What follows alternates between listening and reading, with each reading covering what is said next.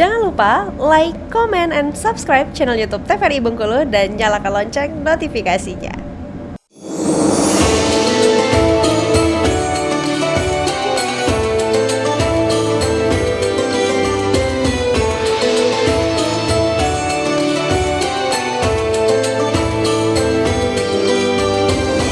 Terima kasih pemirsa masih setia bersama kami di Mutiara Kolbu, masih dengan tema yang sama, yakni meneladani akhlak Rasulullah Shallallahu Alaihi Wasallam. Masih bersama juga dengan Bapak Ustadz Ikhwan Nasution. Pak Ustadz, sebelum kita lanjut ke pertanyaan mungkin dari ibu-ibu majelis taklim, mungkin saya ingin Pak Ustadz menggambarkan terlebih dahulu. Pak Ustadz, tadi kan Pak Ustadz katakan bahwa kita diperintahkan oleh Allah karena Allah tahu kita mampu untuk meniru bagaimana Rasulullah Shallallahu Alaihi Wasallam itu sendiri. Mungkin Pak Ustadz bisa gambarkan sedikit bagaimana sih indahnya akhlak Rasulullah itu, Pak Ustadz. Gitu. Baik, bagaimana indahnya akhlak Rasulullah SAW itu ketika Nabi sendiri mengatakan, ketika dalam rumah tangga misal, kata Nabi, khairukum khairukum li ahli wa ana khairukum li ahli. Sebaik-baik kamu, kata Nabi, adalah yang terbaik buat keluarganya. Terbaik. Dan aku adalah orang yang terbaik dalam keluargaku. Jadi akhlak Nabi itu tergambar dari seluruh aspek kehidupan. Kita ambil dari hadis ini satu dalam rumah tangga Nabi. Rumah tangga. Dan itu diakui oleh sahabat. Anas bin Malik itu pernah bekerja di rumah Nabi selama 10 tahun, Mbak Rara. Tapi pengakuan Anas bin Malik, tak pernah selama 10 tahun aku mendengar suara Nabi kencang berbicara. Tak pernah selama 10 tahun aku mendengar Nabi marah kepada istrinya. Tak pernah satu pun keburukan dalam rumah tangganya yang ditemukan oleh Anas bin Malik selama 10 tahun. Bayangkan, itu pengakuan Anas bin Malik 10 tahun. Selama 10 tahun. Selama 10 tahun membantu Nabi. Jadi tak ada suara kencang. Ketika aku salah, kata Anas, Nabi pun tak pernah marah. Bayangkan, itu pengakuan para sahabat. Maka ternyata akhlak Nabi itu pertama kita lihat dalam bagaimana rumah tangga Nabi. Nabi tak pernah sedikit pun berkata kasar, tak pernah marah kepada pasangan, kepada orang di rumah, termasuk pembantu tadi Anas bin Malik. Kemudian yang kedua, dalam rumah tangga Nabi betapa memuliakan istrinya. Nabi itu orang yang paling pandai memuliakan istri. Sehingga tergambar Nabi itu tak pernah memanggil istri itu dengan sebutan nama, tapi dengan pujian. Dengan pujian. Maka kita tahu kan Khadijah bergelar Ummul Mukminin. Ketika Nabi manggil, ya Ummul Mukminin, wahai ibunya orang beriman. Ketika memanggil Aisyah, ya Khumairah, dengan puji-pujian. Karena memang ternyata secara ilmu psikologi, wanita itu punya kesenangan ketika dipuji, disanjung. Ya, Mbak Rara kan senang dipuji. Kebahagiaan tersendiri. Maka suami yang pintar, bagaimana dia harusnya pintar memuji istri. Karena kelemahan wanita ada di telinga. Berbeda halnya dengan laki-laki. Laki-laki itu kelemahannya bukan di telinga. Maka laki-laki itu pun mau dipuji, mau dicaci, santai saja dia. Tapi kelemahan laki-laki itu di mana? Di mata. Maka sahabat bertanya, ya Rasulullah, ayu nisa'in khair. Rasul, siapa sih istri terbaik, wanita terbaik? Kata Nabi, allati tasuru iza nazara. Istri terbaik, wanita terbaik itu ketika dipandang suaminya, menyenangkan suaminya. Berarti istri itu tugasnya adalah menyenangi mata suami. Karena kelemahan laki-laki adalah di mata. Ini secara ilmu psikologi. Jadi Nabi itu pintar memuji istrinya. Sampai ketika salah istri pun dia tak marah. Karena ada kisah yang viral ketika Aisyah radhiyallahu anha salah memberi gula. Yang harusnya gula, terberikan garam. Apakah Nabi marah? Bayangkan.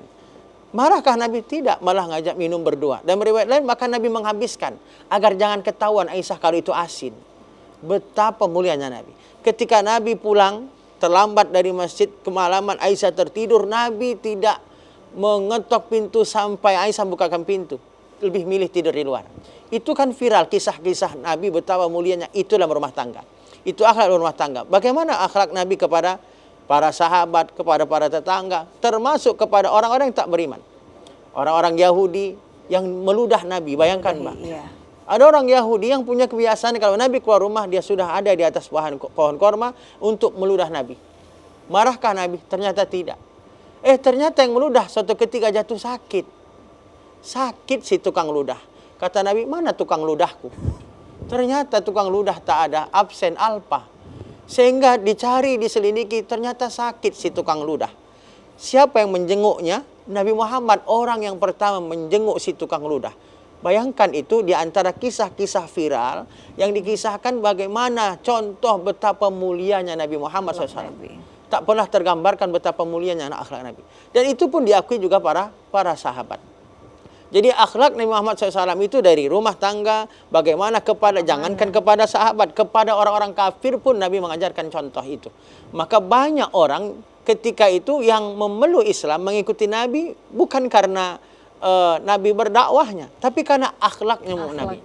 Maka Nabi bersabda, innama bu'itsu liutammima makarimal akhlak. Apa kata Nabi? Sesungguhnya aku tuh diutus untuk menyempurnakan akhlak. Baik akhlak kepada Allah, baik akhlak kepada manusia, baik akhlak kepada makhluk Allah lainnya selain manusia. Maka bagaimana akhlak Nabi kepada Allah? Lihat, bayangkan Mbak Rara, Nabi itu sudah dijamin Allah maksum, dia tidak berdosa, baik yang akan datang maupun yang lalu. Tapi apa kerja Nabi? Nabi ternyata, bayangkan, sampai Ibunda Aisyah radhiyallahu anha protes. Habis waktu malamnya hanya untuk sholat. Habis waktu malamnya hanya untuk sholat. Sehingga kan kata Ibunda Aisyah, Rasul, engkau kan sudah dijamin diampunkan dosamu, baik yang akan datang maupun yang lalu. Kenapa habis waktu malam hanya untuk sholat? Apa kata Nabi dalam sabdanya? Afala uhibbuan akuna abdan syakura. Apakah aku tidak suka menjadi hamba yang bersyukur? Bayangkan akhlak Nabi. Allah sudah menjamin Nabi tidak berdosa, diampuni dosa. Tetapi Nabi bagaimana berakhlak kepada Allah? Cara syukur Nabi justru menghabiskan waktu malamnya untuk sholat, beribadah. Sehingga pantas dalam riwayat bengkak kaki Nabi karena terlalu lama berdiri dalam sholat dan sujud dalam sholat. Itulah akhlak Nabi kepada Allah, contoh. Begitu juga Nabi senantiasa istighfar, minta ampun kepada Allah. Bayangkan, padahal Nabi tak berdosa 100 kali paling dikit. Begitu Mbak Rara. Iya, baik Pak Ustadz. Mungkin kita akan ke pertanyaan dulu Ibu-Ibu sebelum kita pergi ke acara selanjutnya. Silakan, ada yang ingin bertanya? Assalamualaikum warahmatullahi wabarakatuh. Waalaikumsalam warahmatullahi wabarakatuh. Terima kasih kepada Mbak Rara. Yang saya ingin tanyakan di sini, Ustadz, gimana kita bisa mencontohi, terutama kalau untuk para imam kita Pak ya, karena kan segala dalam rumah tangga itu tergantung imamnya yang bisa membimbing keluarganya. Sedangkan kita punya imam, terkadang dia mempunyai temperamen yang tinggi, sering, padahal masalahnya cuma masalah sepele, tapi udah emosinya udah marah-marah nggak karuan. Jadi gimana cara kami sebagai istrinya itu, makmumnya itu, untuk menanggapi hal yang seperti itu. Terima kasih. Assalamualaikum warahmatullahi wabarakatuh. Waalaikumsalam warahmatullahi wabarakatuh. Pak Ustadz, kita akan jawab setelah jeda iklan dulu Pak Ustadz. Baik, pemirsa TVRI Bengkulu, Mutiara Kolbu akan kembali lagi setelah jeda iklan berikut ini. Tetaplah bersama kami di Mutiara Kolbu.